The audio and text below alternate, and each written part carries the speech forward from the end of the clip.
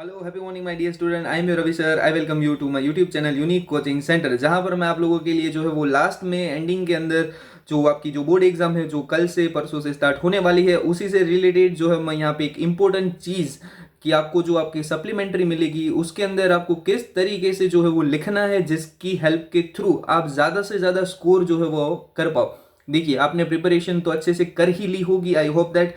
और इसी के साथ साथ presentation is the very important thing, because देखो, बोर्ड के जो पेपर है वो मैं भी चेक करने के लिए जाता हूँ, और चेकिंग के दौरान यकीन मानिए तो दूसरी एक्सपीरियंस, बहुत ज़्यादा एक्सपीरियंस जो टीचर है, यानी जो मेरे भी टीचर रह चुके हैं और वहाँ पे जाने के बाद जो मेरे सीनियर्स भी हैं, उन सभी का एक ही पर्पज रहता है, एक ही जो है वो पॉइंट ऑफ व्यू रहता है कि आपका जो बोर्ड एग्जाम के अंदर आपने जो सप्लीमेंट्री फील की है, वो सप्लीमेंट्री का आपका जो प्रेजेंटेशन रहता है वो कितना ज़्यादा नीट एंड क्लीन और अच्छे से किया गया होता है, जिसकी मदद से वो लोग इजीली आपका पेपर जो है वो चेक कर पाए और आपको ज़्यादा से ज़्यादा जो है वो स्कोर दे पाए, ज़्यादा से ज़्यादा मार्क्स जो है वो आपको दे पाए।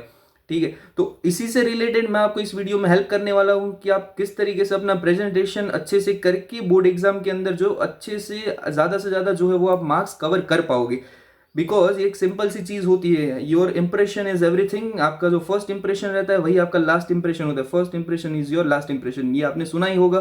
तो इसी के हिसाब से आपकी जो सप्लीमेंट्री जब कोई भी टीचर ओपन करके देखता है, तब अगर उसे लगे राइटिंग है, राइटिंग स्टाइल जो है वो सही है, अच्छे से लिखा हुआ है, मतलब कि उसका इंप्रेशन रहने वाला है कि ये जो स्टूडेंट है वो क्लेवर है। और उसी की जगह पर अगर बैड हैंड राइटिंग होंगे, साथ में चीज़ें लिखी होंगी, बहुत सारी ऐसी चीज़ें हैं जो आपने करी होंगी, तो जिसकी जो इफेक्ट ऐसी आएगी कि इसके मार्क्स आपको कट सकते हैं। तो ये सारी ही मिस्टेक जो है वो आप ना करें।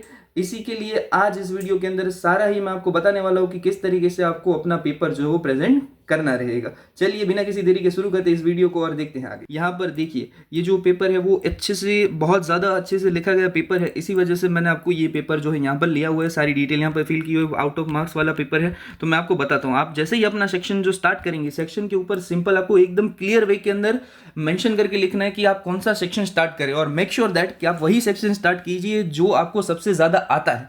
ठीक है, तो वही सेक्शन आप जो है वो स्टार्ट कीजिए। और यहाँ पर सेक्शन ए लिखा हुआ है, आप देखिए कितनी क्लियर तरीके से आपको दिखाई दे रहा है, तो क्लियर लिखिए जो भी लिखिए। इसके अलावा जो आपका फर्स्ट क्वेश्चन रहता है वो एमसीक्यू आपने लिखना स्टार्ट किया। आपके जैसे हैंड राइटिंग होते उस हिसाब से आप जो है स्पेस ड्रॉप कीजिए। अगर आपके बड़े हैंड राइटिंग होते हैं तो आप वन लाइन ड्रॉप करके लिखिए। इस तरीके से छोटे और सही हैंड राइटिंग होते हैं तो आप 1 बाय 1 लिखिए। आपने देखो, जो मेन क्वेश्चन है वो आप बाहर मेंशन कीजिए, और उसके जो सब क्वेश्चन होते हैं आप इस तरीके से अंदर मेंशन कीजिए कि यहाँ पे देखो 1 2 3 4 5 एंड 6 लिखा हुआ है, ABCD लिखिए और उसके आंसर्स भी लिखे होते हैं। MCQ कुछ आप इस तरीके से जो है वो लिख सकते हैं, जिसकी मदद से जो चेकर होगा उसको हेल्प भी हो जाएगी, अच्छी तरीके से चेक भी कर पाएगा और आपको मार्क्स भी जो है वो नहीं कटेंगे, इंप्रेशन भी आपका अच्छा रहेगा।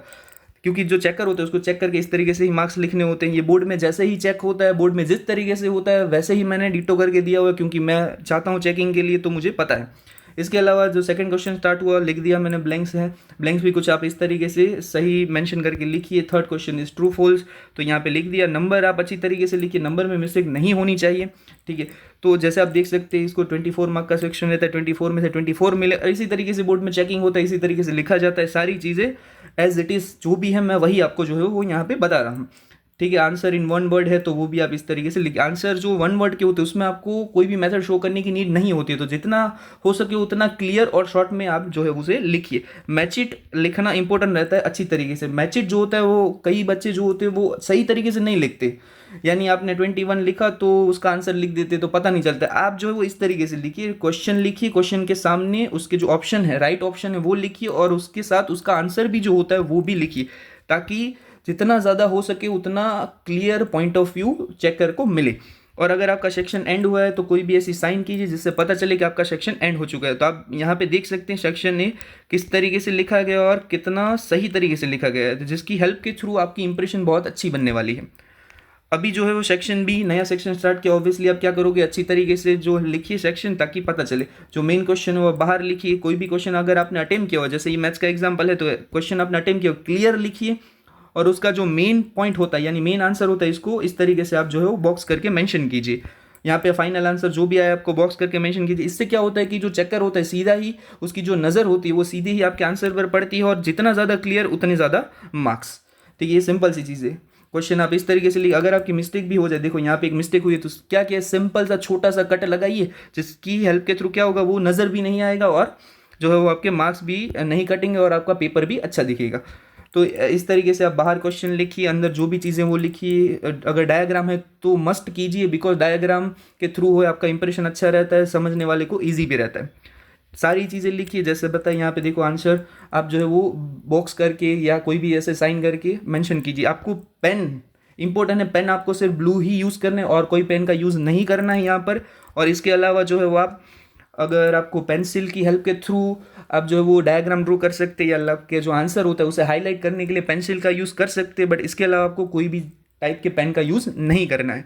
सेक्शन सी मैंने सभी में से 2-2, 4-4 क्वेश्चन के एग्जाम्पल लिए ताकि आपको अच्छी तरीके से समझा पाऊँ। क्वेश्चन सेक्शन सी आप नया सेक्शन नए पेज से स्टार्ट कीजिए, और हो सके तो आपका क्वेश्चन जहाँ पर एंड हो रहा है वहाँ पे 2-4 लाइन बचती है तो वहाँ पे से आप अपना नया क्वेश्चन स्टार्ट नहीं कीजिए, नए पेज पर से ही कीजिए।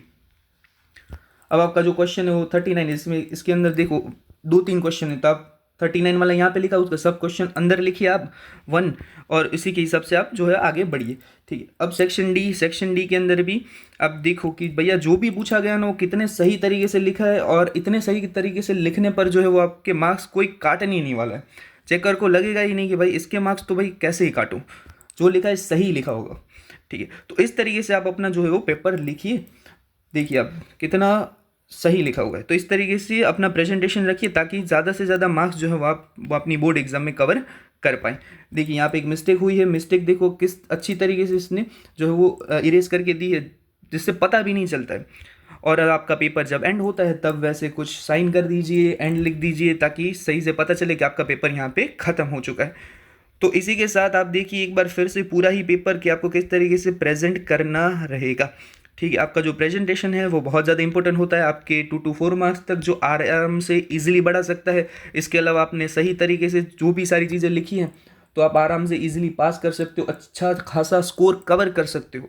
ठीक है, तो जितना आप ध्यान से ये सारी चीज़ें करोगे उतने ही मार्क्स जो है वो आपको ज़्यादा से ज़्यादा यहाँ पर कवर होने वाले हैं। तो इसी के साथ आई होप दैट कि आपको पता चल गया होगा कि आपको अपने बोर्ड एग्जाम में किस तरीके से सप्लीमेंट्री जो है वो फील करनी है, किस तरीके से आपको सारे ही आंसर जो है मेंशन करने हैं, और आप ज़्यादा से ज़्यादा किस तरीके से स्कोर कर पाओगे।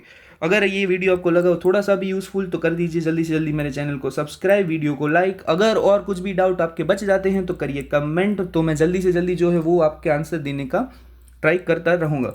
इसी के साथ अपने फ्रेंड के साथ करिए वीडियो को शेयर ताकि वो लोग भी जो है वो अच्छा खासा स्कोर कवर कर पाए। Thank you very much for watching my video. मिलते हैं इसी दूसरे वीडियो के साथ में, बाय बाय।